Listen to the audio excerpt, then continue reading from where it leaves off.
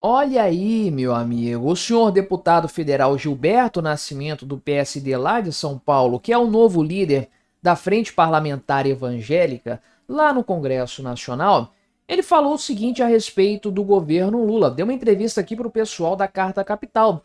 Falou que falta alinhamento do governo com os evangélicos. Esse é o grande motivo da reprovação do Lula estar tão grande nesse segmento da população brasileira. Tá grande em todos os segmentos, mas no caso dos evangélicos realmente é muito mais substancial. E eu concordo plenamente com a posição dele aqui. Não é problema de comunicação, como o governo gosta de dizer, né? Não é um problema de o governo falar mais, o Lula falar mais com os evangélicos, né? Muito pelo contrário. Na verdade, trata-se de um problema ideológico, um problema fundamental que é insuperável.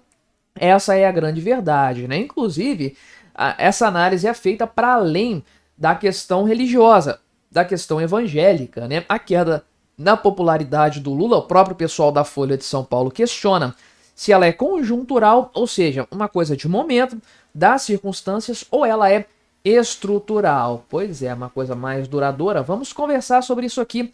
Mas antes, não se esqueça de se inscrever no meu canal se você ainda não for inscrito. E se você quiser colaborar ainda mais com o meu trabalho, você pode se tornar membro patrocinador aqui do canal, com valores a partir de R$ 1,99 por mês. Isso me ajuda bastante, pode ter certeza disso, né? Então, o Gilberto Nascimento é o novo líder da Frente Parlamentar Evangélica. A frente existe há mais de 20 anos lá no Congresso Nacional e tem uma força muito grande, essa é a verdade.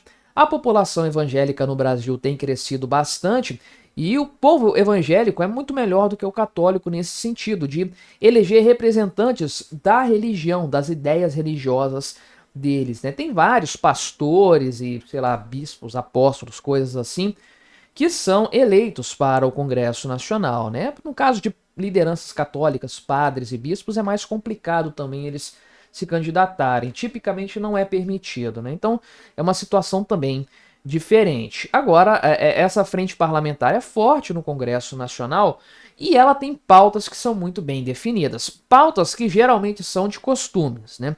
Essa é a verdade. Pautas mais conservadoras, tipicamente, não são tão afeitos a pautas econômicas, mas tem as pautas sociais, as pautas de família, de educação e coisas do tipo. Aí, né? Então, ele próprio falou isso aqui. Essa entrevista foi concedida hoje, sábado, dia 1º, para a Carta Capital. E o líder aqui da bancada, né, o Gilberto Nascimento, falou o seguinte: que o problema do Lula com os evangélicos, o que explica a queda na popularidade dele, a sempre baixa popularidade que está em uma queda ainda maior neste momento, não é um problema de falhas de comunicação, é uma falta de alinhamento real com os anseios dos evangélicos. Ou seja, o governo não tem compromisso com os anseios, com os desejos da população evangélica brasileira. Obviamente não, é um governo de esquerda que bate frontalmente com valores cristãos, inclusive falando, né, não apenas nas ações dissimuladas, mesmo nos discursos, transparece isso aí. Aí o deputado deu uma cutucada aqui no Lula ainda, né? Falou que o relacionamento entre o governo e o mundo evangélico aqui no Brasil não se constrói com discursos ocasionais ou gestos simbólicos, que é aquele negócio de falar: ah, Jesus, ah, milagre, ah, eu sou uma pessoa de fé, ir numa igreja evangélica, receber a bênção de um pastor e tá tudo certo, tudo feito. Sabe, Fernando Haddad, Manuela Dávila indo comungar numa missa católica. Não é assim que funciona a história, né?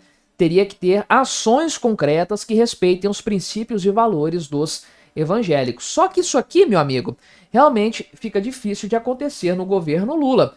Então, o deputado explica que a alta rejeição do presidente entre os evangélicos se explica pelas escolhas políticas e ideológicas do governo, né? Ah, aqui o pessoal diz que ele não detalhou quais são essas escolhas, mas caramba, né? Precisa detalhar algo nesse sentido aqui. Realmente é até auto-evidente, embora haja uma negação do governo nesse sentido, um auto-engano. Mas todos sabem que o governo Lula não tem qualquer compromisso com pautas cristãs, que você considere legitimamente cristãs, como questões familiares, questões de família, de imposição de doutrinação nas escolas e a própria idolatria à bandidagem que existe no governo Lula também, e vários outros temas que são caros para pessoas com uma matriz mais conservadora, e especialmente os evangélicos entram bastante nesse sentido aí, né? De fato, há aqui, nas palavras do deputado, a necessidade, né, de haver um respeito às pautas do segmento evangélico, porque o que existe hoje, né, o que ele diz que existe aqui na prática é uma oposição sistemática à frente parlamentar evangélica e às bandeiras deles, né? Então, por exemplo, aqui ele cita que o governo está tentando legislar por vias transversas, impondo resoluções e normativas contrárias aos valores que defendemos. E é claro que ele está citando aqui, ainda que indiretamente, o STF.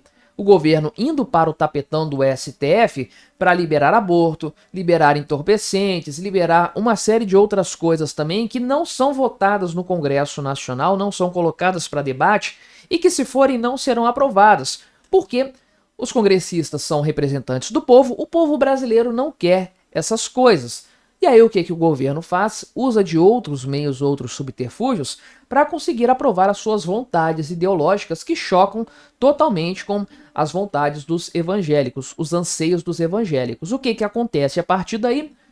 O povo evangélico olha para o governo e entende que o governo é inimigo do cristianismo. E aí a popularidade do Lula vai para as cucuias. Nunca teve um grande apreço entre os evangélicos, muito menos agora com esse cenário aqui, né? Só que a coisa vai para além da frente parlamentar evangélica.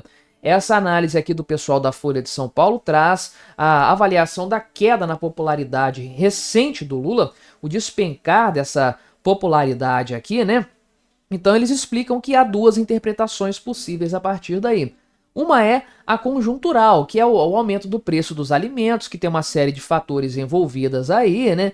Que não é só fruto disso aqui não, igual eles colocam, né? Da má safra do café, do ciclo da pecuária, dos ovos, não é só isso, a gente sabe que não é.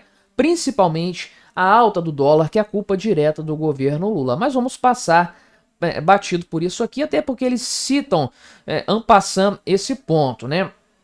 Agora, eles trazem a segunda interpretação aqui, né, que o próprio diretor da Quaest afirma, que é o problema estrutural, que é o seguinte: o povo, né, brasileiro aqui não tem mais aquele voto econômico lá do passado, aquela coisa, né, de um benefício social, uma renda crescer, então eu vou votar no presidente, no candidato. Não é exatamente assim que a coisa funciona. O que de fato, né, é interessante aqui notar é que há uma crítica maior por parte do eleitor e ele não está nem aí para esse negócio. Ele vê como sendo o básico do básico que o governo tem que fazer, ele olha para coisas mais importantes no longo prazo, né? Então, de fato, há aqui uma percepção generalizada de que o Brasil não está no rumo certo, e isso vem desde, sei lá, o começo do governo Lula. É algo, portanto, estrutural.